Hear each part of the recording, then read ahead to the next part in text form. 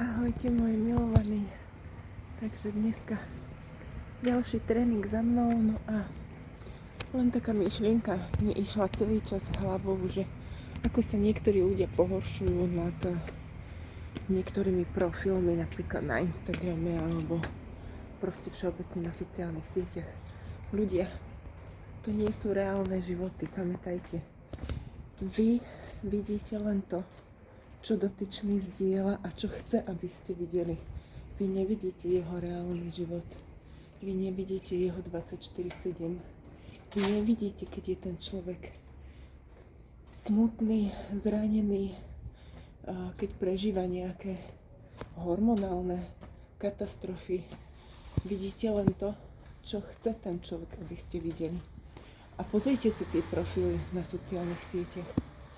Nikde tam ten človek neukazuje, aký je zlomený, aký je smutný, aký má na prd deň. Ukazuje len krásu, luxus a to, ako mu je dobre. Ale nie je to možné. Sme ľudské bytosti.